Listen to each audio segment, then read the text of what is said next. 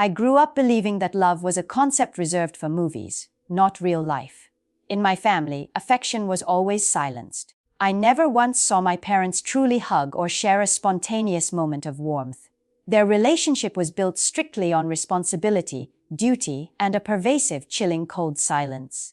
We functioned, we survived, but we never truly thrived. This environment taught me a crucial, cynical lesson about men. They were fundamentally manipulative.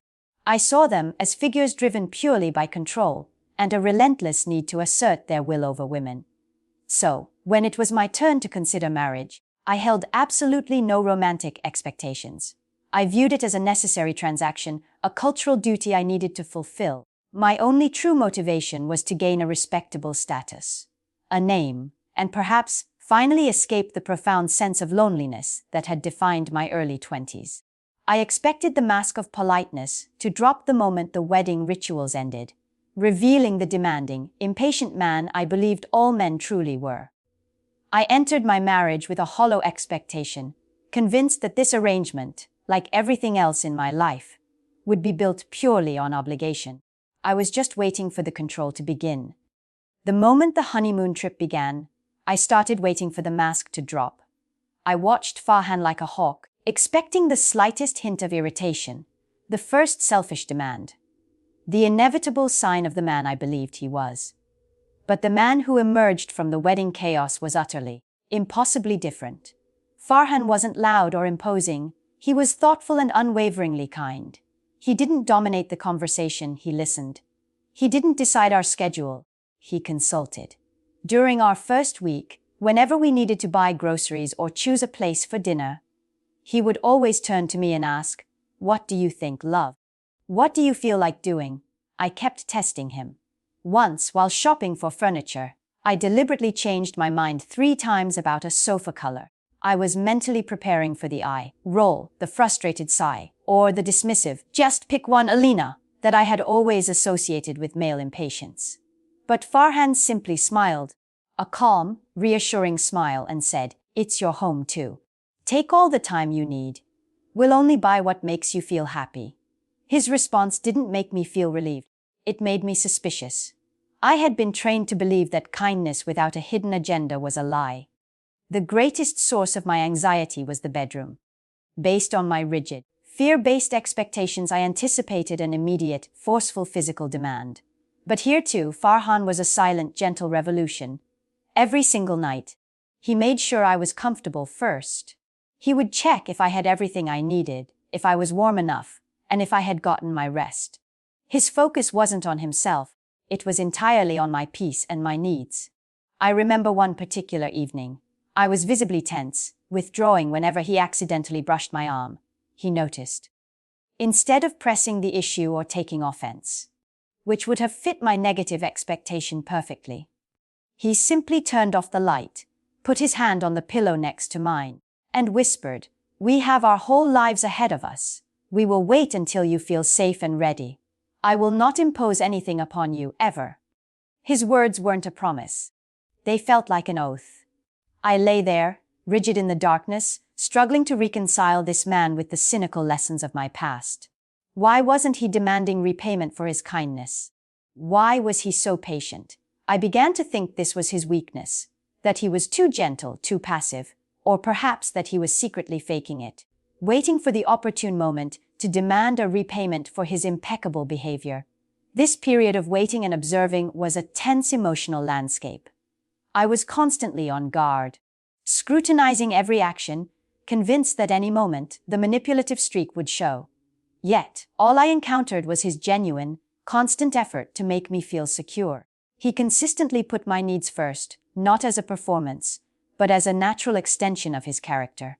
He wasn't just kind, he was profoundly respectful, and his respect was beginning to chip away at the fortress of cynicism I had built around my heart. His daily habit of making breakfast, even when he looked exhausted, was another quiet testament to his nature. It wasn't about the food, it was about the ritual of care. He was consistently doing things for me, without ever asking for anything from me in return. I was an emotional debtor, and he refused to collect. I felt like I was living with an anomaly, a suspicious exception to the rule of selfish men. I was afraid to trust him, because if I allowed myself to believe in his goodness, and he eventually betrayed me, the pain would be unbearable. My heart, still wounded from childhood, preferred the hollow certainty of cynicism over the frightening possibility of real, enduring love. My vigilance continued, but the pressure of maintaining my cynical guard was exhausting. I knew I couldn't sustain the role of the distrustful wife forever. I needed a final, definitive test, a way to force Farhan to show his true colors, the selfish, controlling ones I was so certain he possessed. The opportunity arose on a particularly stressful afternoon. I had a minor work disappointment, and instead of processing my own frustration, I deliberately chose to lash out at Farhan. He hadn't done anything wrong. He'd merely asked if I wanted tea. I seized the moment, twisting his simple question into an accusation. "You always ask what I want, but you never really listen," I snapped, my voice sharp and tight. "You're always so perfect, so patient. It's fake. You're just waiting for me to owe you something, aren't you?" I hate this unnerving calm. I didn't stop there. I unleashed a torrent of built-up frustration, not just about him, but about every man who had ever dismissed me, every cynical lesson my childhood had taught me. I was venomous, cruel, trying to provoke a reaction that would confirm my worst fears, a raised voice, a glare, a storm of anger that I could recognize and handle. I braced myself for the counter-attack, the defensive shout, the instant rage I had witnessed so many times. But Farhan did none of that. He simply stood there, receiving the full force of my verbal assault with an unwavering calm. He didn't raise his voice, he didn't storm out, and he didn't even look angry. The air thickened with my accusations, yet he remained absolutely still. After I finished, breathless and shaking with self-inflicted adrenaline, there was a heavy silence. Then he did the unthinkable. He didn't defend himself, he didn't blame me. He looked directly into my eyes, and his gaze was filled not with resentment, but with genuine deep concern. "I hear your words, Alina," he said, his voice soft but firm, "but I don't believe they are truly about me. What is really hurting you? Tell me." His question, "What is really hurting you?" was a psychological earthquake. It shattered the framework of conflict I had constructed. He wasn't fighting against me. He was fighting for me against the pain he saw trapped inside me. In that defining moment, I finally understood. His patience wasn't weakness. It was spiritual strength.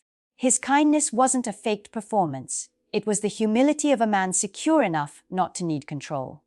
He refused to be the demanding man of my past. He chose to be the safe harbor of my future. I collapsed onto the floor, the realization hitting me like a physical blow.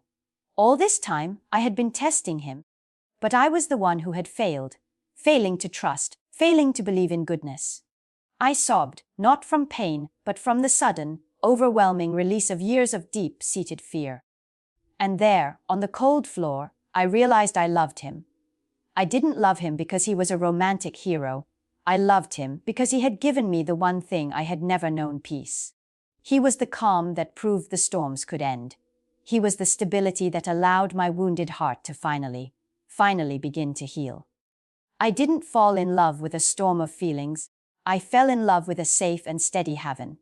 From that day forward, the nature of our marriage fundamentally changed. It was no longer a transaction. It became a sanctuary. Farhan's consistent kindness became the gentle warmth that healed the deep-seated fears I carried from my past. The cold silence of my childhood was replaced by the reassuring sound of his voice, always calm, always considerate. The greatest change, however, wasn't in our relationship. It was within me. I finally began to respect myself enough to believe I deserved his goodness. I stopped trying to prove my worth through constant vigilance. For instance, I started to embrace joy in small ways. I bought clothes that I truly liked, filled with color, not just the dull, practical ones I had always chosen out of duty. And my actions began to mirror his. The breakfast routine, which had started as his loving duty, became my voluntarily joy. I began making his morning coffee, not out of obligation, but out of a genuine, overflowing desire to contribute to his peace. The control I had once desperately sought, I now relinquished, finding true freedom in trust. We learned that love is not a dramatic storm. It is the unwavering trust you build when the storm hits. Farhan didn't just give me affection. He taught me the spiritual strength of patience and the immense power of a man who chooses kindness over dominance. So, my message to those of you listening, especially those who carry the wounds of past relationships, is this: do not let old hurts define your future. Real love is not found in grand gestures, it is found in small, steady acts of respect. If you are looking for a partner, look for the person whose presence gives you peace, not anxiety. Look for the one who fights for your happiness, not against your feelings. Farhan's goodness was the best investment in our marriage. It taught me that marriage is not a surrender of self, but a discovery of self, made possible by a partner who values your soul above all else. Find your peace, find your calm, find your own Farhan, and remember, the power of kindness can rebuild even the most broken heart. Thank you for listening to my story. If it resonated with you, please subscribe to Pronglish Stories for more tales of transformation and resilience.